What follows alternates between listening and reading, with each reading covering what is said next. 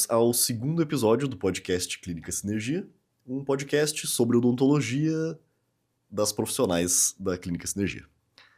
Estamos aqui com a doutora Márcia de novo, pela segunda vez, e hoje a gente tem um tema. O tema de hoje é gengiva. E aí eu queria te perguntar, só para a gente começar a aquecer, eu sei que você é especialista em gengiva, você sabe muito sobre esse assunto. Eu queria que você me falasse um pouquinho de, enfim, como que você é uma especialista tão, né, tão boa em gengiva especificamente. Na verdade, desde que eu fazia faculdade, eu fazia estágio no consultório de um colega que era especialista em periodontia. E eu me apaixonei por essa área. Periodontia é a ciência que estuda tudo que está em volta do dente, que envolve gengiva, osso, ligamento periodontal, cemento, são termos técnicos. Mas eu fiquei realmente muito apaixonada por isso. E logo que eu me formei lá em Santa Maria, no Rio Grande do Sul, eu vim para São Paulo para fazer especialização.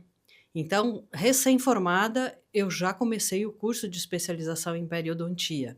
Então, em 1984, eu já era especialista em gengiva e conheci meu marido, mudei para Campinas e na época, em 85, quando eu mudei para cá, eram poucos os periodontistas exclusivos, ou seja, que faziam somente essa especialidade. E eu gostava disso, eu queria fazer isso da minha vida. Então eu vim como que uma geração nova para fazer esse tipo de tratamento. E fui visitar vários dentistas, colocando como objetivo do meu trabalho fazer exclusivamente tratamentos periodontais.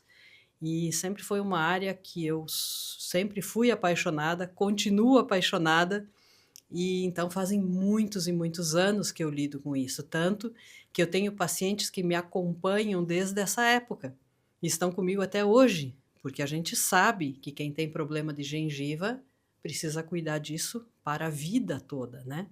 E então, inclusive eu sou muito grata a todos esses pacientes que me acompanham há tantos anos. E gengiva sempre foi a minha principal paixão em termos de odontologia. Depois, anos depois, eu fui fazer especialização em implante. Quando surgiram os implantes, também fiz a especialização. Então, aliar o conhecimento odontológico periodontal com o conhecimento de implante é que te mantém saúde a longo prazo. Então, todos aqueles dentes que eram perdidos por doença periodontal, eu tinha a oportunidade de repor através de implante. Então, a saúde gengival, que é o que estuda a periodontia e que o paciente costuma chamar isso de gengiva, estou com problema de gengiva, essa gengiva é tratada pela especialidade de periodontia. Então, aliar esse conhecimento envolve tanto para cuidar do dente, quanto para cuidar do dente que foi substituído através de implante, tá? Não sei se eu respondi. Respondeu muito bem. É sabido que você tem muitos anos de experiência como periodontista, né? E, assim, esse episódio é feito para a gente sanar as dúvidas de uma vez por todas de pacientes que estão lá na sua cadeira e tem uma série de perguntas relacionadas a muitos assuntos, mas muitas relacionadas à gengiva especificamente. Então, vamos começar essa listinha muito importante aqui de dúvidas. Todas essas dúvidas que estão aqui são dúvidas que você mesma colocou aqui, justamente porque você ouve muito elas dos Exato. pacientes, né? Uhum. Então, vamos começar. Sobre sangramento gengival em geral, a primeira pergunta é: se a minha gengiva sangra quando escovo, é normal ou já é doença? Então, eu respondo assim para o paciente quando ele me faz essa pergunta, né? Sempre que você, ao escovar os dentes ou ao usar o fio dental, a sua gengiva sangrou, é sinal de alarme do seu organismo que alguma coisa não vai bem. Porque dificilmente você vai, através de uma escovação mais forte, fazer sangrar a tua gengiva. O que acontece é que, se ao escovar, seja com uma intensidade leve ou com uma intensidade maior, a tua gengiva sangra, é porque ela está inflamada. Por isso que ela sangra. E a inflamação é o primeiro sinal de alarme do nosso organismo de que essa gengiva está doente. Por que que essa gengiva está doente? Por que que essa gengiva sangra? Ela sangra porque existe uma inflamação causada por bactérias que não foram removidas de forma adequada, seja através da escovação, seja através do fio dental, e permanece então uma inflamação crônica naquele lugar.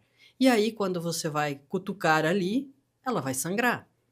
Então, todo sinal de sangramento pode até ser comum de acontecer, porque muitas pessoas têm doença gengival, mas não é normal sangrar. Da mesma maneira que não é normal sangrar no meio dos nossos dedos. Se sangra é porque alguma coisa não vai bem. E aí é importante procurar um especialista para fazer o diagnóstico correto de qual estágio da doença gengival a pessoa está, para poder tratar isso de maneira adequada. Tá, então não dá pra colocar tudo na conta de, eu tô escovando com força só. Alguma coisa anormal, que não necessariamente é super séria, mas, né, alguma coisa o corpo tá te avisando, ó, vai no dentista, certo? Na verdade, assim, por exemplo, eu tenho pacientes que falam assim: ah, mas a minha gengiva só sangra porque eu passo fio, então eu não passo para não sangrar. Mas não é Sim, mas isso. é o contrário. Hum, Quer dizer, se você passa o fio dental esporadicamente, significa que aquela região que precisaria ser limpa diariamente, só é limpa esporadicamente, os dias em que não for feita a higienização de maneira adequada, está acumulando bactérias naquela região e a gengiva está sendo agredida pelas toxinas bacterianas que são jogadas ali. Então, se sangra, passe mais o fio dental, passe com mais frequência, passe com mais capricho. Porque se for somente uma inflamação, vamos dizer assim, superficial, ao você intensificar esta higiene, vai melhorar. Vai curar? Não sei, depende de procurar o especialista para ver qual estágio da doença está. Entendeu?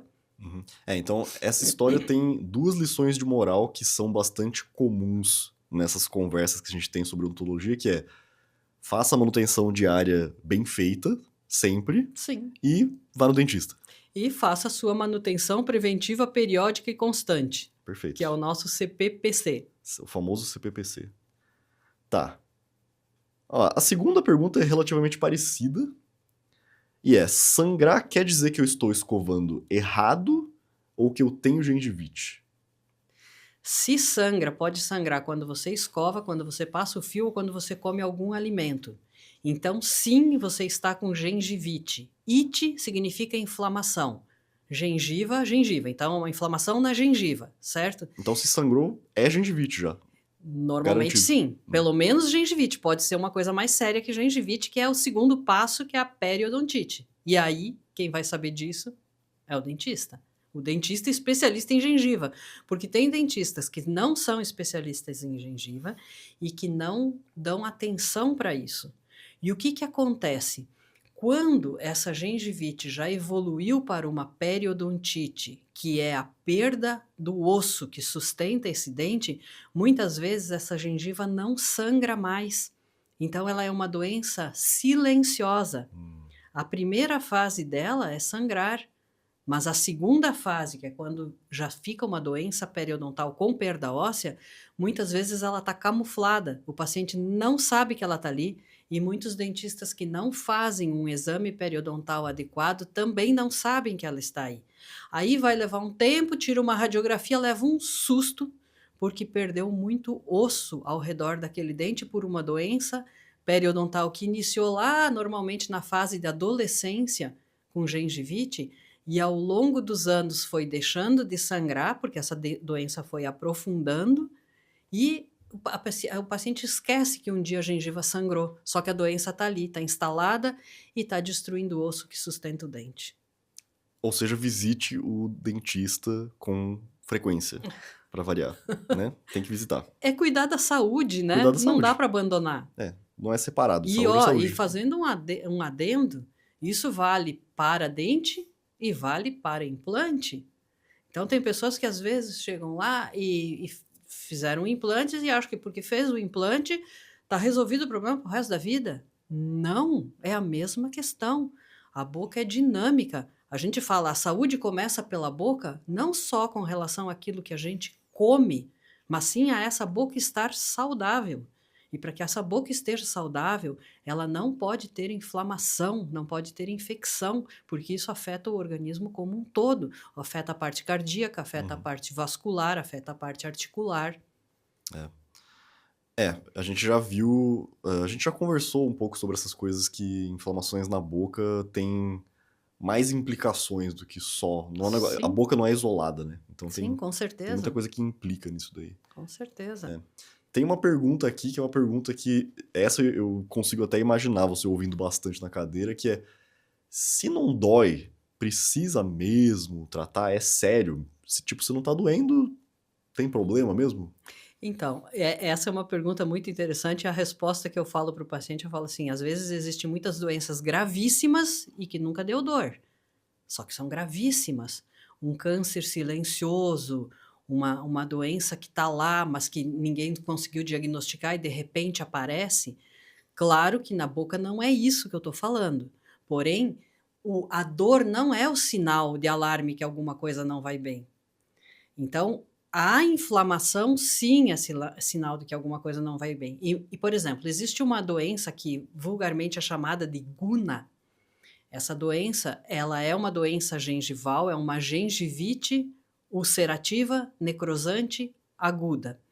Ela foi descrita na literatura a primeira vez nos soldados que iam nas guerras e ficavam em trincheiras, porque era associado um estresse muito grande com uma falta de higiene total da boca. Então, essa inflamação na gengiva cortava a pontinha dessas gengivas e isso dava muita dor e um hálito horroroso. Só que a guna em si, que é uma gengivite necrosante aguda, do ponto de vista de tratamento, é um tratamento simples e ela é fácil de resolver. E ela dói bastante. Quando chega lá na fase de periodontite, muitas vezes não dói nada. Então ela é silenciosa por isso, ela não dá sinal, ela não sangra e não dói. Quando que o paciente vai perceber que tem? Ou porque foi no dentista, tirou uma radiografia e viu uma perda óssea gigantesca, ou porque começou a ter gosto ruim na boca, ou porque os dentes começaram a mudar de posição, porque perdeu sustentação óssea. Então imagina que você tenha uma estaca cravada na terra. A estaca está firme. Aí você começa a tirar terra de volta dessa estaca. Começa a tirar terra, tirar terra, tirar terra. Quando vê, essa estaca começa a amolecer, a bambear. Acontece a mesma coisa com o dente que está perdendo sustentação óssea e muitas vezes sem nunca ter manifestado dor para esse paciente. Então, de novo, o exame preventivo é fundamental. Como saúde em geral, é óbvio que não é só dor que vai ser a coisa que vai te alertar pra alguma coisa séria, né? Sim, sem dúvida. É. Muitas vezes o paciente tem, inclusive falando um outro tema, que não é o tema desse podcast, mas tem cáries que ficam lá escondidas e tem pacientes que não sentem, porque ela está meio coberta ali. E muitas vezes essa cárie já tem que fazer tratamento de canal, mas nunca teve dor. Agora, se chega a atingir muito próximo do nervo, aí o paciente tem aquela dor que sobe pelas paredes. É uma coisa aguda, mas poderia ter sido prevenido lá atrás, com radiografias, com exames periódicos e tudo mais. E é uma coisa muito grande da filosofia da sinergia, que é a coisa preventiva, né? Sem Sempre, dúvida, sempre. Não sem deixar dúvida, chegar no lugar que tá ruim pro paciente, né? sem dúvida. Sempre prevenção. Por isso que eu falo que na doença periodontal o paciente não tem alta, porque ela é crônica e toda doença crônica precisa de controle. E esse controle, que a gente chama de manutenção, é fundamental para a saúde a longo prazo. Por isso que eu tenho pacientes há tantos e tantos anos que vão para fazer esse controle ao longo dos anos. Perfeito. E para encerrar esse bloco de sangramento gengival, enxaguante resolve sangramento? Não. Não, claro que não. O que acontece é assim, ó, existem vários tipos de enxaguante, isso pode ser tema para um outro podcast, mas eles precisam ser receitados, né? Eles são prescritos pelo dentista. Por exemplo, quando a gente faz um tratamento periodontal ou um tratamento cirúrgico com implantes, enfim, eu preciso, durante uma fase de tratamento, indicar um enxaguante, porque o paciente não vai poder escovar os dentes direito naquela área, porque aquela área está em cicatrização. Então, existe um enxaguante próprio para isso, que a gente prescreve por um determinado tempo de tratamento. Então, sim, é indicado para casos específicos. O que acontece? Que muitas vezes eu indico esse enxaguante para aquela fase de tratamento e o paciente fala assim: ah, se a doutora Márcia indicou, então eu posso usar isso para sempre. Não, não é assim que funciona. Então, tem enxaguantes que é para controlar bactéria mais brava, que é um enxaguante específico para essa fase. Tem enxaguante que tem mais flúor, que para determinados pacientes que estão com surto de cárie é importante.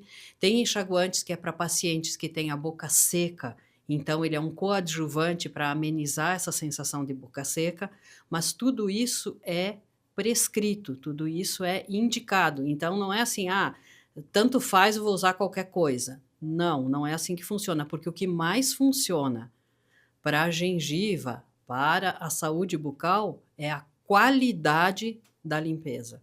A qualidade da limpeza que é mais importante. Então, realmente, para variar, a manutenção diária da saúde da sua boca, da limpeza da sua boca, é a coisa mais importante possível, né? É super importante. Sim, e só complementando, quando a gente faz essa manutenção, a gente não está olhando só a gengiva, porque no dia que o paciente vai para a manutenção, para essa manutenção preventiva, periódica e constante, a gente faz radiografias para avaliar se está tendo infiltração de cárie em alguma restauração, a gente faz o exame das mucosas para ver se tem alguma lesão que tem um aspecto ruim, faz o exame da gengiva para ver a questão de sangramento, faz uma evidenciação de placa para mostrar para o paciente as áreas que ele não está limpando melhor, e aí vai acrescentando coisas que facilitem essa limpeza, seja através da escova elétrica ou a limpeza interdental com fio dental, ou com escova interdental, ou com palito de silicone, adequando a cada paciente nas áreas específicas que ele precisa limpar melhor. Claro. Para variar, não é uma coisa que vai servir para todos os casos, né? Cada caso precisa da sua atenção especial. Exatamente, exatamente. Assim como não é um shampoo que dá para todos os cabelos, também não é uma pasta que dá para todas as bocas. Obviamente. Não é? Beleza, seguinte. Temos o nosso segundo bloco aqui, que também é um tema muito comum na cadeira, e é importante para você gosta, afinal, disso daqui, que é retração gengival. Aí a primeira pergunta desse bloco de retração gengival é a seguinte: por que a minha gengiva tá subindo e os meus dentes parecem maiores? Então, esse tema, eu tenho muitas perguntas em relação a isso, e cada tipo de retração tem uma causa. Então, por exemplo, se a pessoa já é uma pessoa de mais idade e todos os dentes estão com retração gengival, a gente faz uma radiografia e vê que essa retração gengival tem a ver com a perda óssea que ele teve ao longo do tempo, então toda essa maré baixou ao mesmo tempo. Esse tipo de retração gengival não tem muito o que fazer, a não ser, de novo, controlar a saúde e tudo mais, mas eu não tenho como recobrir esta perda de gengiva que expôs a raiz do dente. Então, a raiz do dente, então o dente didaticamente, ele é dividido em duas partes. A parte da coroa do dente, que é coberta pelo esmalte do dente, e essa sim foi feita para ficar exposta à cavidade bucal. E a parte da raiz do dente, que tem que estar ligada ao osso e coberta pela gengiva.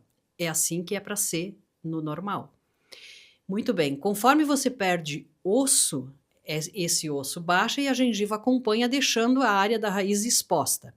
Se a área da raiz está exposta à cavidade bucal, ela é mais vulnerável às coisas ácidas, à nossa alimentação ácida, a cáries, que se a pessoa tem uma dieta à base de açúcar, e a gente não tem muito o que fazer nessas áreas se a gengiva baixou toda por igual, como se fosse uma maré, baixou todos os dentes por igual. O que a gente tem que fazer é ver se essa raiz do dente está desgastada, e muitas vezes cobrir com resina, fazer aplicação dos bochechos indicados para tudo isso, para ir mantendo essa saúde a longo prazo. Porém, existem algumas recessões gengivais que são localizadas numa face do dente. Por exemplo, nessa face externa do dente que está voltada para a bochecha. Isso muitas vezes é comum em jovens que se submeteram a tratamentos ortodônticos para expansão dos dentes e alinhamento desses dentes. É bastante comum acontecer retração gengival. Por quê? Porque a gengiva que cobria esses dentes não era uma gengiva tão forte. E aí, esse dente, para fazer a expansão, para ele caminhar dentro do osso, ele precisa ser jogado contra o osso que está sustentando ele naquela face. E aí a gengiva acompanha e retrai. Nesses casos, a gente pode fazer enxertos gengivais, e é o que é indicado, fazer enxertos gengivais para recobrir a gengiva. É feito como se fosse um sanduíche. E aí a gente recobre a raiz do dente com gengiva do próprio paciente, puxando tudo isso aonde retraiu, puxando para baixo e mudando a qualidade desse tecido gengival. Porque se o tecido gengival é fino, não adianta eu só vir e cobrir aquilo ali, porque ele vai subir outra vez. Mas sim fazer um reforço, mudar o que a gente chama de fenótipo periodontal, é o nome técnico, né, para mudar a qualidade deste tecido gengival e fortalecer isso para que isso não suba novamente. Então, uma orientação, e lá na clínica a gente faz muito isso, por exemplo, a doutora Marília faz tratamento ortodôntico na clínica. E tem casos que realmente a gente precisa alinhar esses dentes e expandir esses dentes. Antes de entrar com o aparelho ortodôntico, passa por mim para examinar essa gengiva e ver a qualidade dessa gengiva. E muitas vezes a gente faz os enxertos gengivais antes de se submeter ao tratamento ortodôntico para prevenir que esta perda de gengiva, que esta retração de gengiva aconteça. Às vezes acontece mesmo assim em alguns outros dentes que não foram feitos essas modificações de fenótipo, essas modificações de tipo gengival, mas a gente sempre tem recurso para isso. Então, sim, a retração gengival tem que fazer o diagnóstico correto do que fazer naquela área. Se vai ser, aí são nomes técnicos, se vai ser enxerto gengival livre, se vai ser enxerto com técnica bilaminar, o que vai ser. Mas sim, existe indicação para isso. Certo, muito bem.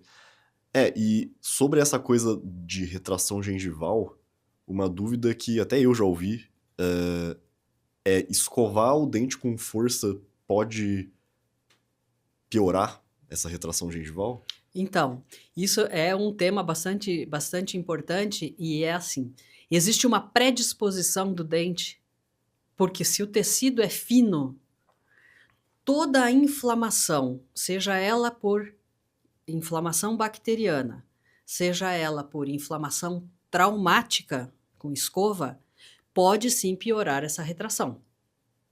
Então, a escovação não é a causa prioritária da retração. A causa é inflamação, aí sim, traumática por escova. E é por isso que a gente não recomenda escova dura. Tem paciente que gosta de uma escova mais dura. A escova dura não é que vai desgastar o dente dele, mas sim, se ele tiver gengiva mais fina, parece um papelzinho de seda, a tendência daquilo ali desgastar o tecido gengival por inflamação traumática da escova acontece e pode retrair sim. Por isso, de novo, que a gente recomenda o uso de escova elétrica. Por quê? Porque a escova elétrica vai além das cerdas serem macias, vai te dar a força da mão que você está fazendo. Porque se você calcar a mão ali, ela vai ficar vermelha, vai falar, opa, para que está muito forte esse negócio. Ela vai te dar um sinal. E tem gente que não usa, porque acha que vai fazer melhor com a escova manual. Não vai. Ele vai se ferir, e principalmente se usar a escova dura. Não tem nenhuma dentista da Clínica Sinergia que fala para escovar o dente com força. Nunca é sobre força, é sobre técnica apropriada, né? Sempre. E qualidade de limpeza, né? Então, assim, de novo, eu sou fã de escova elétrica porque ela facilita o nosso uso. Ela facilita, com qualidade, sem se ferir. Então, é aquilo que eu tinha falado antes, né? Inflamação é a causa do problema. E essa inflamação, normalmente, tem a ver com bactérias e em tecidos gengivais finos, ela pode ter a ver, sim, com escovação, né? Porque a escovação vai causar um trauma na gengiva, trauma mecânico, que inflama essa gengiva e ela retrai. Tem gente que fala assim, nossa, mas eu tinha olhado antes de ontem e a minha gengiva estava no lugar, e aí hoje ela desceu. Sim, porque ele deve ter calcado a escova ali e machucado, e aí essa gengiva já era fininha, a vascularização não conseguiu repor para cicatrizar e desceu a gengiva. Então assim, segundo episódio de muitos da gente falando pra usar a escova elétrica, ou se realmente por algum motivo não quiser, tem que ter a técnica apropriada de Exato. escovação. Então, sei lá, acho que vai ter mais uns 10 episódios que a gente vai falar, usem a escova elétrica, por favor.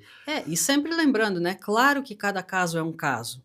Eu tenho pacientes que com a escova manual limpam magnificamente bem e sem se ferir.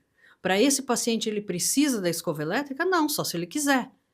Agora, não é a regra, isso é a exceção. Uhum, Então, sempre tem uma exceção para justificar a regra, né? claro. Aí é o seguinte, pra fechar esse bloco de retração gengival, essa é uma pergunta que eu sempre me perguntei isso também. E eu imagino que sim, mas a idade faz a gengiva diminuir? Se a gente for ver, sim. Não é assim, todo o nosso corpo vai definhando e a boca fica parada como se a gente tivesse 15 anos. Então, a boca, eu falo isso para os meus pacientes, a boca também envelhece. A boca envelhece no sentido de desgaste dentário, a boca envelhece no sentido de diminuição dos tecidos que sustentam esse dente, inclusive, ao longo do tempo, o osso também dá uma diminuída de volume, de altura, mas normalmente isso está muito associado com uma doença crônica que não foi diagnosticada lá atrás. Então teve essa perda paulatina, mesmo uma boca saudável.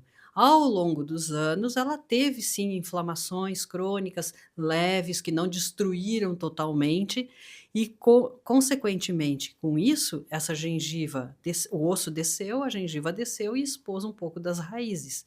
Então, considerando uma boca bem saudável e a pessoa tem 80 anos ou mais, eu atendo muita gente com 90 no consultório. E são bocas assim, tenho raras bocas nesta faixa etária em que tem dentes e, claro, tem a gengiva retraída. Por quê? Porque faz muito tempo. E era uma boca saudável numa época em que não existia a filosofia preventiva. Então é uma raridade isso, mas existe. Então, sim, isso a gente precisa ter em mente. A boca também envelhece. A gente faz ginástica, né? Dia sim, dia não, ou todos os dias e tal, para manter musculatura, para manter osso, para manter saúde. A parte de boca funciona da mesma forma. A gente precisa cuidar disso diariamente. É que é mais um tema comum, e vai continuar sendo um tema comum desse podcast, que é a boca não é isolada do resto do corpo. A boca é uma parte do corpo que Sim. vai envelhecer, vai ter problemas, tem que ter a manutenção correta e tal, né? Sim. Às vezes eu falo para o Clássico. paciente assim, Márcia, mas por que está acontecendo isso? Eu falei, tempo de uso. Tempo de uso. Tempo de uso. Então, assim, a gente não faz lá, sei lá, manutenção do carro a cada 5.000 quilômetros, 10.000 quilômetros, 20.000 quilômetros, é 5.000 mordidas, 10.000 mordidas, 20.000 mordidas, e assim por diante. É tipo quilometragem mesmo. É. Tá, é o seguinte, você já tinha comentado no início desse episódio sobre periodontite, que é tipo digamos, a evolução da gengivite, né? E aí tem essa pergunta interessante aqui, que é, o que é pior? Cárie ou problema na gengiva? Não tem pior. Não tem pior. Quando eu era mais nova, na minha geração, e antes disso, principalmente antes da minha geração, não existia fluoretação da água. Então, era muito comum as crianças terem muitas cáries. Hoje, claro que depende, a gente sabe disso, infelizmente, depende de classe social, mas hoje a gente não vê mais muitas crianças com cárie, porque a prevenção, do ponto de vista de fluoretação, tanto de água, quanto de pasta de dente, quanto disso, controlou bem a questão cárie na infância. Quando você fala de fluoretação da água, você tá falando da água em geral? Da água pública, sim. Água pública. Da Então, água tipo, a pública. água pública, depois de uma certa época, começou a ter Sim, eu acho que flúor. foi a década de 70. Não, antes. Foi antes. Agora não me falha a memória, mas foi antes. Eu acho que foi na década de 60, 70. Eu acho que foi 70 mesmo. Sei. E aí, assim, isso é uma coisa que, Foi tipo, um bem. adicionaram flúor na água e isso... Um bem maravilhoso, sim, Entendi. sem dúvida, tá? Porque você... Bom, aí a gente entraria no tema de flúor, porque existe o flúor sistêmico e o flúor tópico. O flúor sistêmico é aquele que você bebe, então ele vai influenciar na resistência do dente que está em formação. Então a criança está com o dentinho de leite, ainda não nasceu o dente permanente, está influenciando no fortalecimento, vamos dizer, do dentinho que está lá, que ainda não nasceu. E essa água que a criança está tomando. E existe o flúor tópico, que é o flúor que tem nas pastas de dente, nos bochechos e tudo mais, que aí é uma prevenção continuada, mas ele não está influenciando na estrutura do dente. Então, assim, resumindo vamos voltar para a pergunta. A pergunta é, o que é mais grave? Se é cárie ou se é doença periodontal? Ambas são graves, porém, na fase adulta, sem uma dieta com muito açúcar, eu não tenho tanto problema de cárie. Um problema maior é doença periodontal na fase adulta. Então, na clínica, você vê muito mais doença periodontal do que cárie.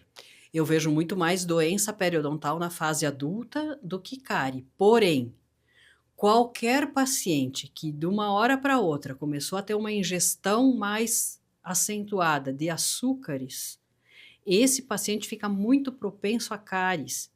Então, é estranho, mas na faixa etária de 80 a mais, o problema cárie volta a ser o problema prioritário.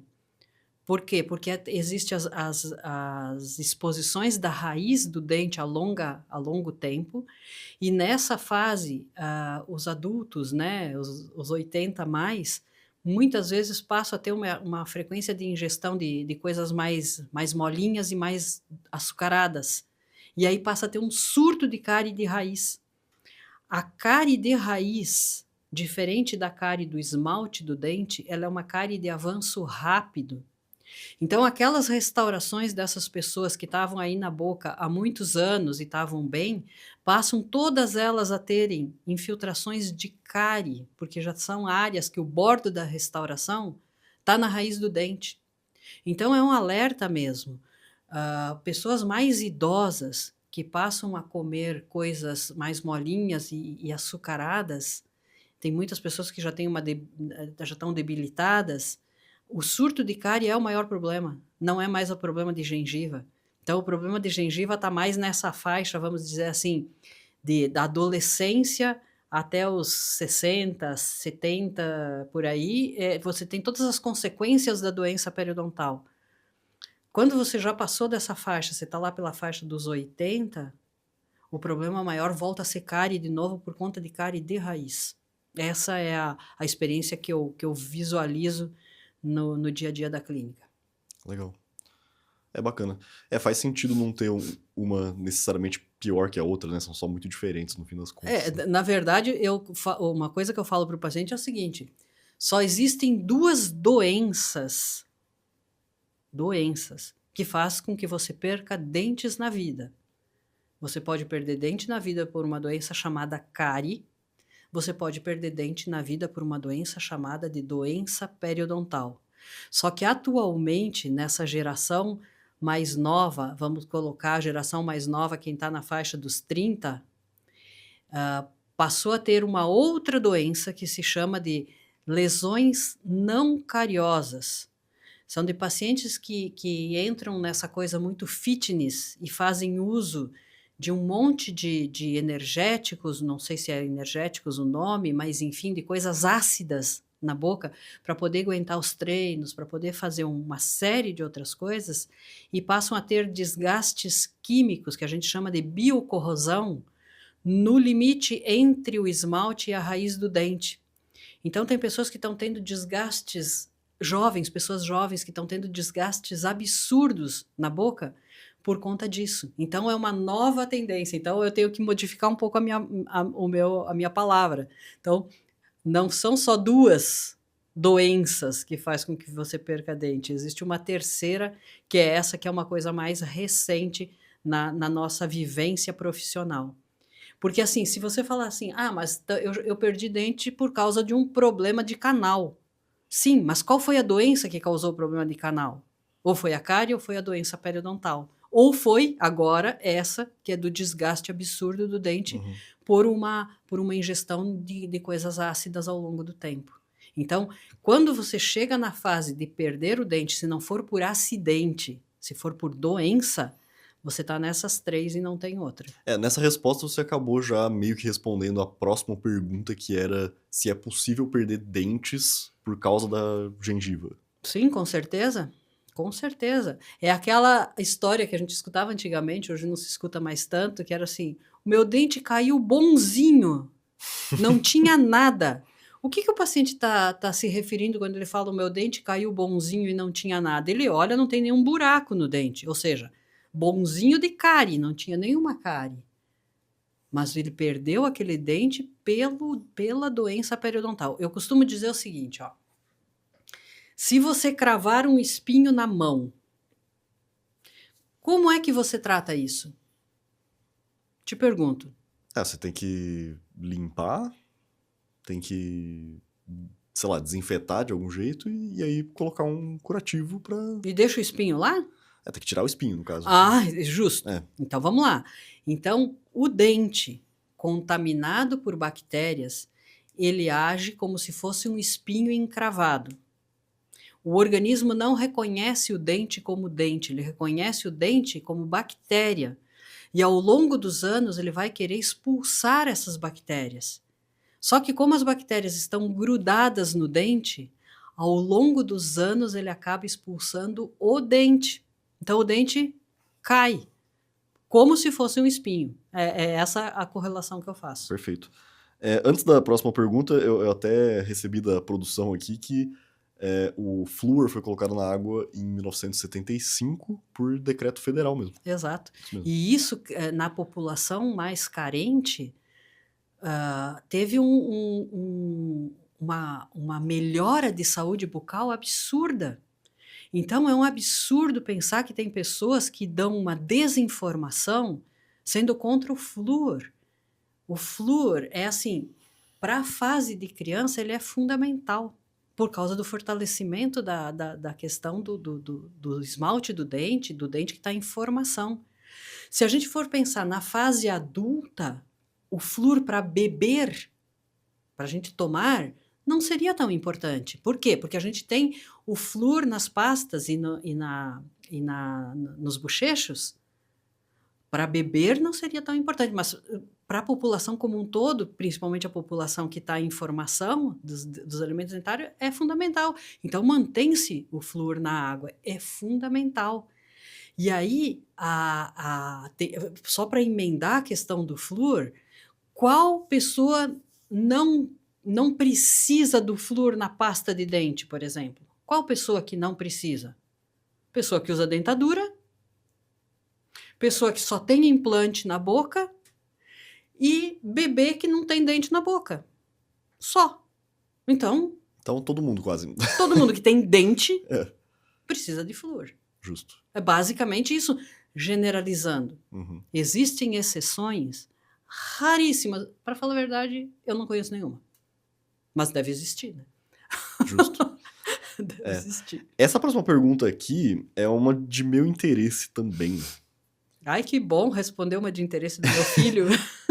Que é o seguinte, na verdade eu vou adicionar uma parte para essa pergunta. Assim, a pergunta é, tártaro realmente causa perda óssea?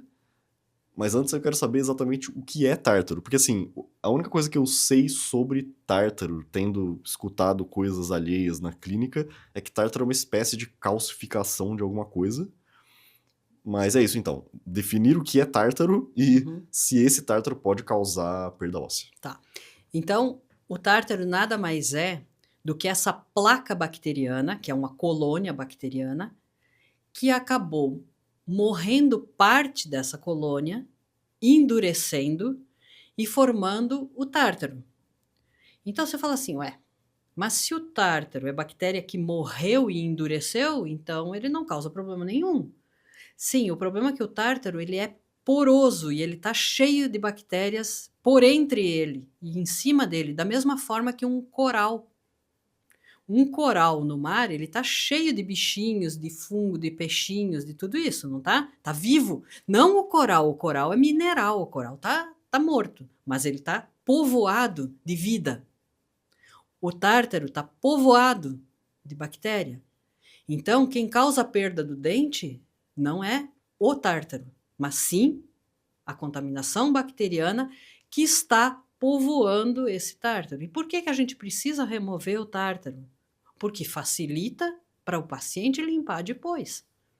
É porque só escova não tira tártaro, né? Não tem como. Não, depois que essa... Então, vamos lá.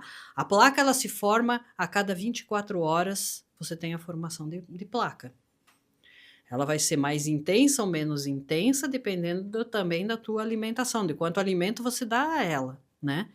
Se você tivesse uma higienização, uma limpeza 100%, ou seja, que você conseguisse remover todas as bactérias grudadas no teu dente, e é bastante comum as pessoas terem tártaro nessa parte inferior dos dentes inferiores, principalmente quem usa contenção pós-ortodontia, é Que é difícil de aquele limpar. ferrinho, né? Aquele ferrinho é difícil de limpar porque os dentes ficam unidos. Ali a gente tem, logo abaixo da língua, a gente tem a saída da glândula. A saída da glândula de saliva. A saliva tem sais minerais. Então, o mínimo de placa mole que fica grudado no limite entre o dente e a gengiva, que você não removeu com a escovação, essa placa começa a mineralizar, começa a endurecer e formar o tártaro. Aí na próxima escovação você vai e escova aquela partezinha, aquela película que ficou endurecida, você já não consegue remover. Aí vem uma outra película em cima de bactérias. Aí você remove uma parte, outra parte fica. Essa parte que fica começa a mineralizar. E assim sucessivamente. E então, tanto nessa saída aqui, dessa parte inferior, quanto na saída da glândula parótida, que fica aqui em cima, que é na região desses molares aqui no fundo, são as áreas que têm uma formação maior de tártaro por dois motivos. Pelo motivo da saída da glândula, que fica mandando saliva, e a saliva tem sais minerais que vão ajudar nessa mineralização, e porque falta uma escovação adequada.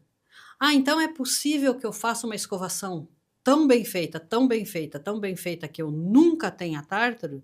Possível é, principalmente porque tem pessoas que não têm essa coisa de mineralizar a placa. Vamos dizer assim que ela tem uma química no organismo que não favorece a mineralização. Isso não significa que ela não possa ter doença periodontal pelas bactérias moles, porque a bactéria mole, vamos dizer assim, que não endureceu, é que está causando, está viva, e está causando inflamação nessa gengiva pelos produtos tóxicos que ela produz, né? E o tártaro está ajudando em termos de retenção dessa placa. Então, se você limpasse 100%, você não teria formação de tártaro. Uhum. A analogia do coral é muito boa, realmente. Porque é meio que um lugar para outros seres vivos morarem que podem te prejudicar, né? Da mesma maneira que restauração não bem adaptada e que está abaixo do nível da gengiva, vai acumular muita bactéria ali. Então, as restaurações, a forma como a gente faz o tratamento dos pacientes, as restaurações precisam ser muito bem adaptadas para que não tenha ou falta de material, uma fresta que vai propiciar cárie, ou não ter excesso de material que vai propiciar retenção bacteriana. Então, esse tipo de cuidado para a saúde gengival é fundamental. Você está cuidando do dente e da saúde gengival, né? Bacana. Muito bem. E agora a gente chegou no nosso último bloco, que também é um assunto popular. Isso eu escuto por aí, não só dentro da clínica. E o bloco é sobre mau hálito, né? Eu imagino que você deve ouvir bastante perguntas relacionadas a mau hálito, mesmo quando a gente não está falando de gengiva, né? E aí a primeira pergunta é: problemas na gengiva, inflamações, doenças periodontais, etc., podem causar mau hálito? Sim. Então vamos lá. A primeira coisa que a gente busca quando a pessoa queixa de mau hálito é se não existe inflamação gengival. Se não existe, seja gengivite, seja periodontite, porque toda infecção, porque se tem inflamação, e essa inflamação é causada por bactérias, é infecção que a gente tem ali, maior ou menor, mas sim, é uma inflamação que vai gerar uma infecção localizada. Vamos chamar assim, para ficar mais simples de entender. E isso sim causa mau hálito. Aí tem cárie, claro, se a boca não está bem higienizada e tem cárie, também pode causar mau hálito. Então, primeiro a gente descarta as doenças bucais, cárie e doença periodontal. Então, a pessoa fala assim, eu examino, não tem cárie, não tem doença periodontal, mas tem um hálito ruim. Aí você olha na língua, e a língua tem uma crosta. Essa crosta tem um nome horroroso, se chama saburra, o nome dessa crosta. Então, muito, mas muito do mau hálito está relacionado às bactérias que povoam as papilas linguais. Se a gente for olhar a língua com mais atenção, que a gente vê que ela parece que tem um monte de pelinhos assim. Esses pelinhos, de novo, se a gente fizer a comparação com um coral, é como se fosse aquelas coisas que a gente vê no mar, aquelas... Tipo anêmona, né? Isso, tipo anêmona. Então a língua parece uma anêmona. Por entre esses pelinhos da língua, as bactérias fazem moradia ali. E aí você come os alimentos, escova o dente, limpa a gengiva e não limpa a língua. Ali é um depósito de degeneração, de degradação dos alimentos e da própria degradação das bactérias, que elas estão degradando esses alimentos. E, isso dá hálito ruim. Inclusive, já fizemos vídeos sobre escovação da língua na página, né? Exato. Tem tudo explicadinho lá, bonitinho. Eu acho que nesse vídeo a gente até fala sobre a importância da limpeza também por causa da coisa do mau hálito, né? Exato.